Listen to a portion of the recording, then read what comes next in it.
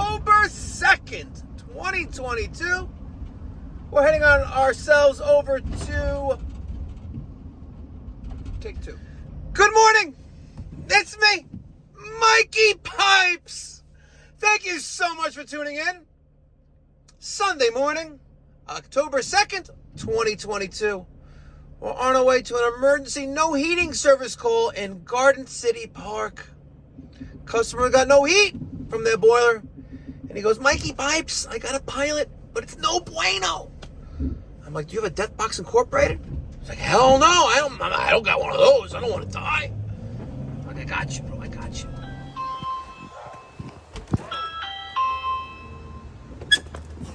Is that Thai? What language is that? Armenian. Armenian? Yes. It says welcome in Armenian? I think so, yes. How are you, man? Should I go outside and look in the closet? You can walk around if you want, whatever's easier. Thermostats are on? No, everything's on. Fair comment, sir. Okay. You want coffee or anything? No, I'm alright. Rex, come on. Rex, hi Rex. Rex. Hi. Are you cold? Watch out, Rex. You sure you don't want coffee? No, I'm good. Okay. Thank you. Also, I read this thing might be a problem, so I switched it to open instead of auto. No, but it's running. It's running, we have no heat, huh? You got no pressure in the system. All that stuff. I looked at the videos. At least according to the pressure reducing valve. Yep, you had no water. Let's wait to see that come up. I've seen it get to where that red line is, and then it seems like everything shuts off.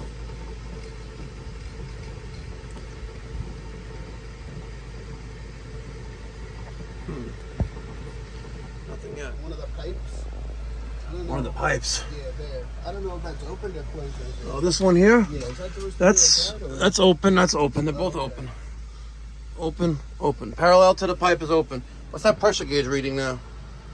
It is at 130. I mean, pressure, not temperature. Oh, The needle to the left, it should be on the bottom. yeah, it's all the way, I guess, 70, 20, 10, I guess. It's all the way this way, towards the bottom. Okay. Now it's moving a little. Going up a little bit? Yeah. A very little, yeah. It definitely moves a little. I smell something not good right now. Yeah, so you have no pressure.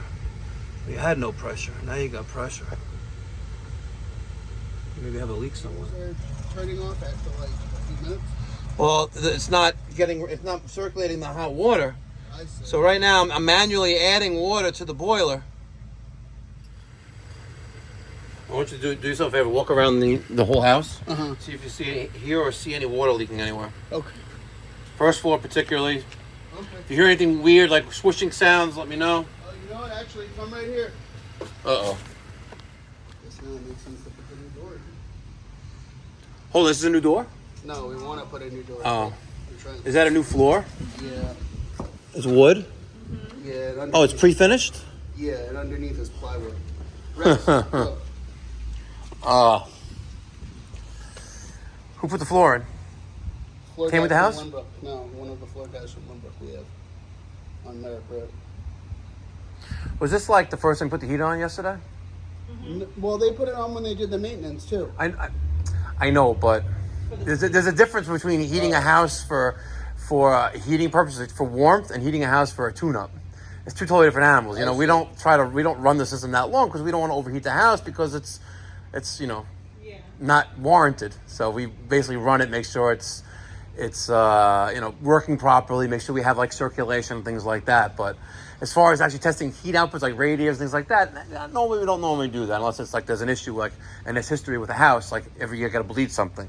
Okay. So what's happening is that I got here, you had you had both the zones off, and then we turned them both on. We saw the boiler fire up. The boiler came on. The boiler went to that 180 degrees or a little bit over in temperature, but it wasn't heating the house.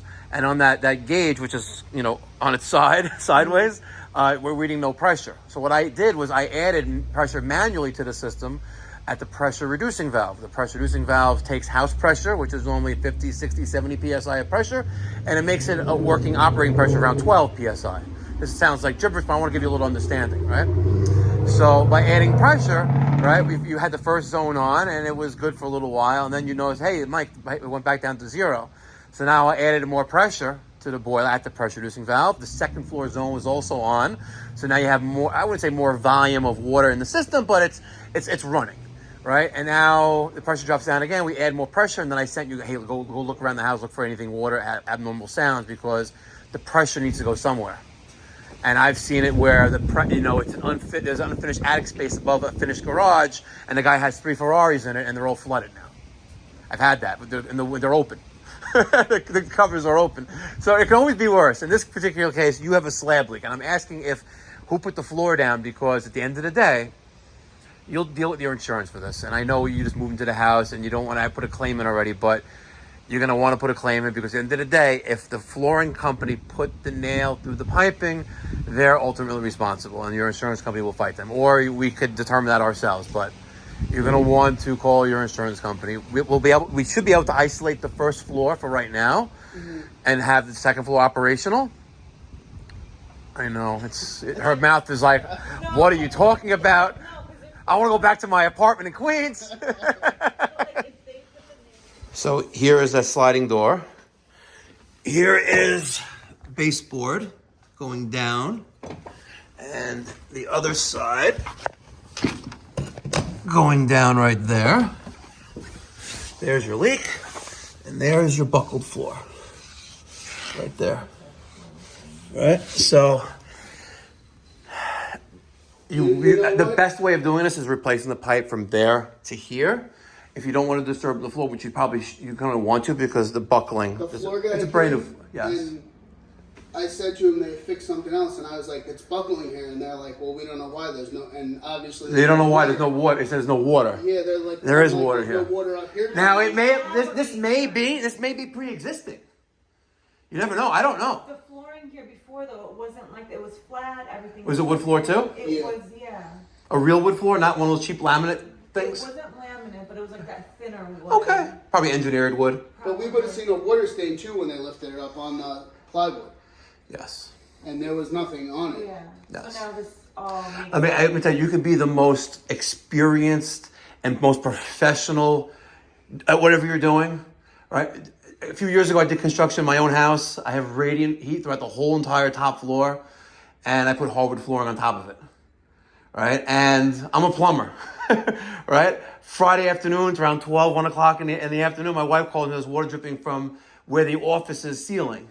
And I'm like, there's no pipes there. The only pipes that are there is the radiant heat. And like, I told my wife, are they putting the radiant heat in the office right now? She goes, yes, they just finished.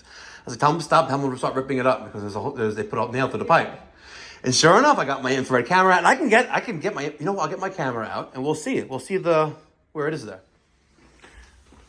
Oh, you can just barely see a little bit of it, but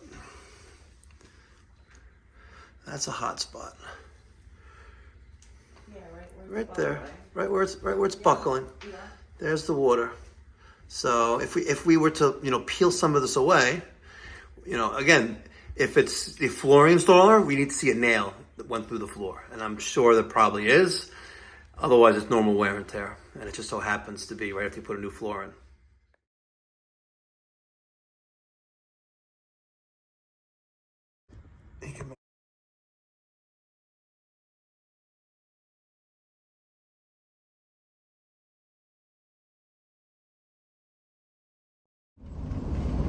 All right, guys.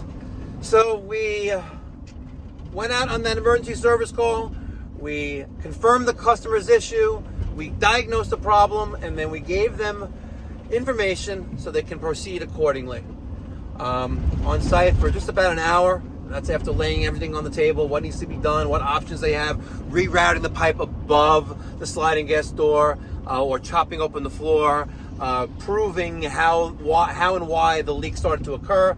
I got money on the flooring installers dropping a nail through it, and hence the cause of the pinhole leak. So we'll see, guys. Thanks so much for tuning in. I really appreciate it. If you wouldn't mind, smash that thumbs up button. And if you like this kind of content, consider subscribing. There's no cost or obligation. Again, we don't got to sleep together at first. If you just want to date me and see how I taste, hit that subscribe button. And then you hit that notification bell once you really want to get a committed relationship. All right, guys, enjoy the rest of the Sunday. Be well. God bless. Stay safe.